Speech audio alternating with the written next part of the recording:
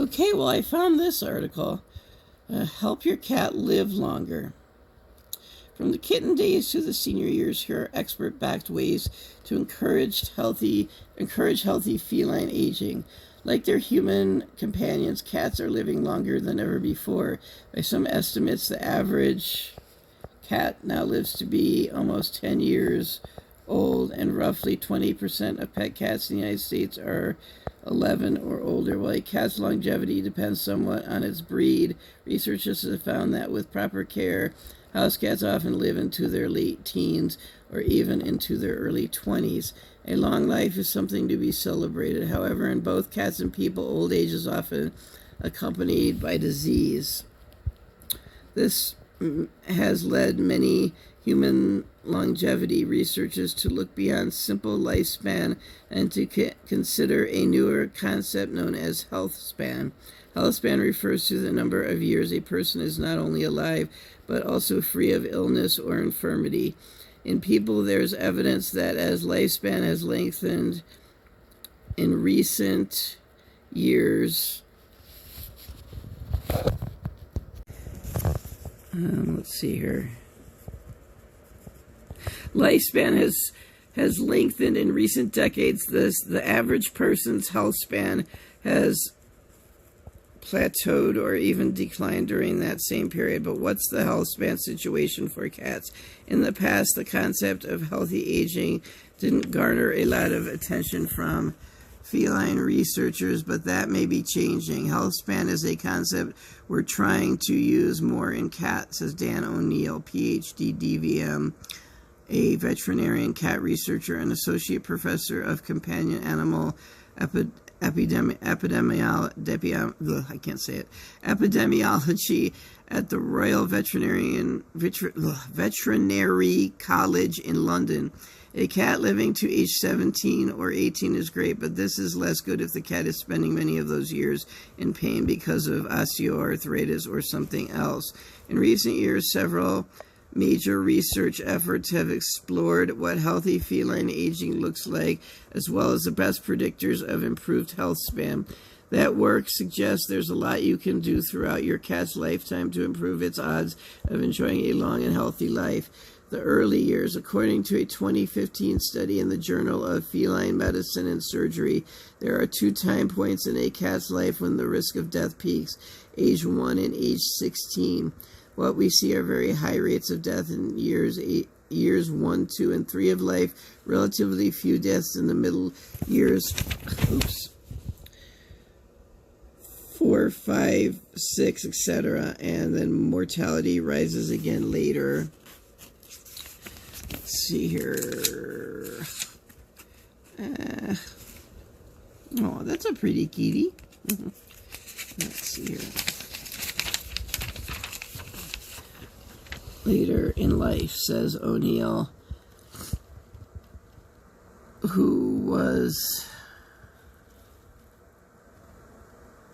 one of the authors of the 2015 study. For young cats, the most common cause of death by far is accidental trauma, road traffic incidents in particular. About 60% of trauma deaths in cats are due to collisions with vehicles, so there's an increasing push to keep cats indoors all the time, especially when young, he says. This push seems stronger in the U.S. than in some other cat-loving countries.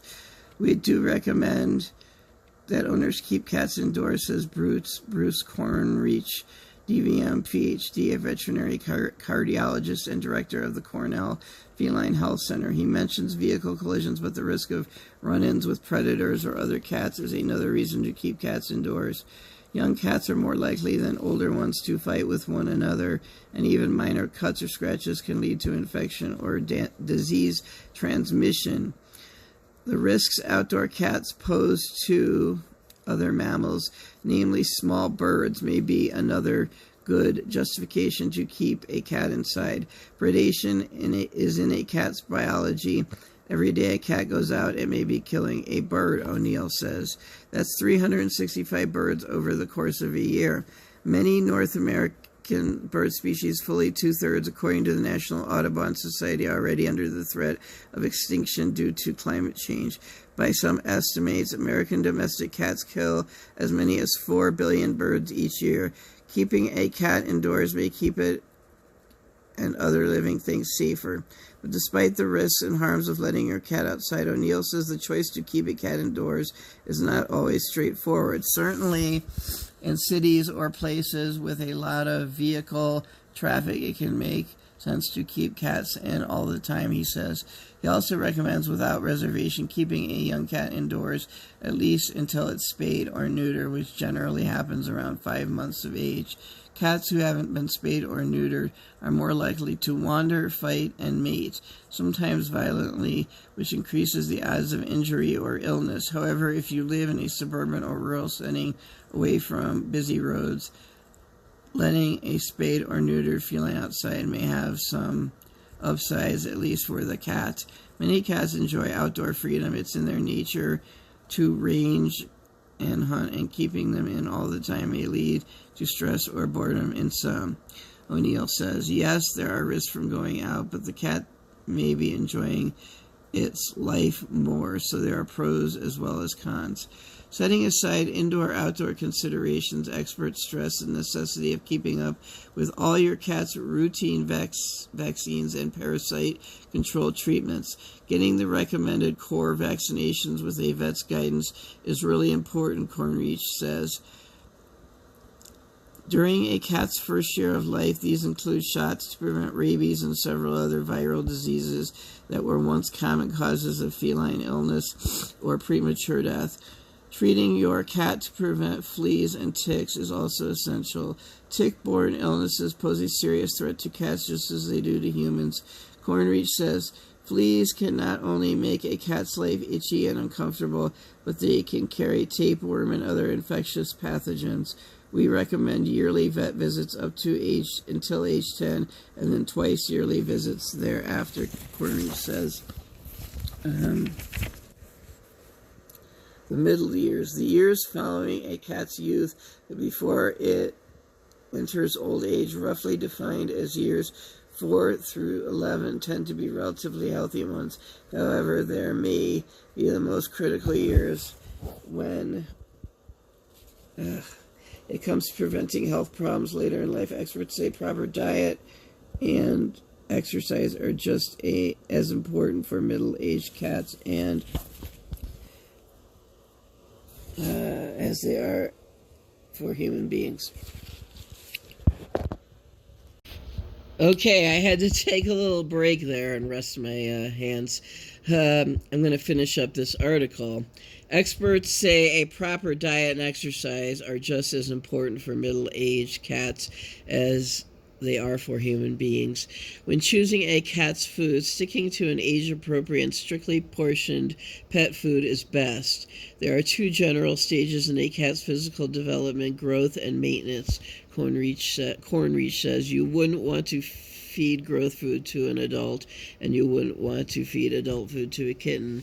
He recommends checking your pet's food packaging for a statement from the American Association of Feed Control Officials, or AAFCO, AAFCO, which will affirm whether the food is designed for growth or maintenance. The choice between dry or wet food can be a tricky one.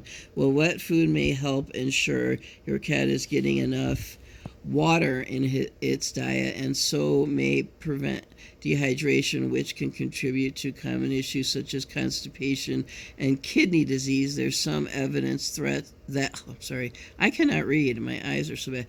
Some evidence that cats, not threats, that cats, I just can't read, fed dry food may be less likely to develop dental disease, which is the most common health problem among felines. By some estimates, 60% of cats aged 3 or older have some form of dental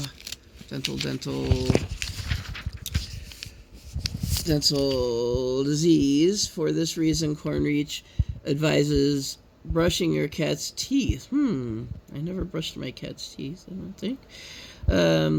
Your cat's teeth with a cat-approved toothpaste. It sounds funny, but ideally every day. He suggests cats can learn to like it if trained appropriately. Finally, he advises against allowing your cat all the time access to food, leaving out a heaping bowl, for example, as opposed to portioning out food throughout the day. Allowing your cat to graze at will is associated with obesity, which may raise your cat's risk for joint and mobility problems later in its life. When it comes to exercise, ensuring that your cat gets the physical activity it needs will depend in part on its personality. Some cats like to play with their owners, and doing this for just 5 to 10 minutes each day is a great way to encourage physical activity while spending quality time with your feline. Cats usually signal play behavior by bringing something to us like a toy, says Carlo Siracusa, PhD DVM, a cat researcher and associate professor at the University of Pennsylvania School of Veterinary Medicine. There's also nothing wrong with age and mobility. Oh, I'm sorry. I missed a paragraph here. There's also nothing wrong with age. I cannot read. With taking your cat for a walk outside on a harness-style leash. However, keep in mind that some cats won't tolerate these forms of play and exercise. I understand that it can be difficult for owners, but not all cats enjoy physical interaction or play, Syracuse says. Whether or not your cat is the type you can play with or take out for walks, there are some other things you can do to ensure your pet is happy and staying active. Cornreach says that cats enjoy climbing and perching in high places. Yeah, I guess Kacey likes to perch sometimes in the window, not a high place, but off the ground. Perching in high places depending on its age and mobility. There we go, back to that paragraph. Making sure your cat has access to these sorts of places, ideally with a view of the outdoor. Now, he does like to look out the window. Ideally with a view of the outdoors can encourage movement and fend off boredom. If you have a screened-in porch or other enclosed outdoor area, giving your cat access to it for creating a catio. Yes, he had a catio when he went to the boarding place when we have taken him there when we travel. He had a catio. It's another way to keep it active and entertained, he says. Attending to your cat's grooming needs is also important. If your pet will tolerate it, a gentle daily brushing, he likes that, can help them avoid skin or coat issues. This is especially beneficial for long-haired cats. Meanwhile, providing your cat with a scratching post can help them avoid nail overgrowth, a painful and common ailment. You could also have your cat's nails periodically trimmed, although O'Neill says this may not be such a good idea for outdoor cats. They need longer nails for climbing. Both veterinarians and owners to recognize signs of age-related health problems. O'Neill says there are things owners can look for, some subtle and some not so subtle, that suggest your cat may need a vet's attention. Kidney problems and cancers are the common diseases of old age. O'Neill says if your cat lives long enough, it's likely to get one or both of them. After age 12, roughly 1 in 4 cats will develop chronic kidney disease. By age 15, this figure rises to 80%. Cats are carnivores. Their diet is meat, so their kidneys have to work really hard. He says over time that work takes a toll.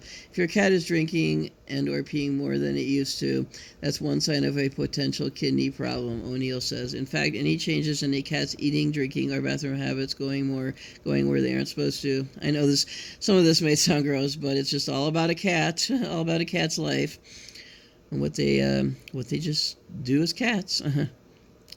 Going where they aren't supposed to are worth a trip to the veterinarian. So are changes in your Cat's behavior, such as new or worsening irritability, aloofness, aggressiveness, or skittishness.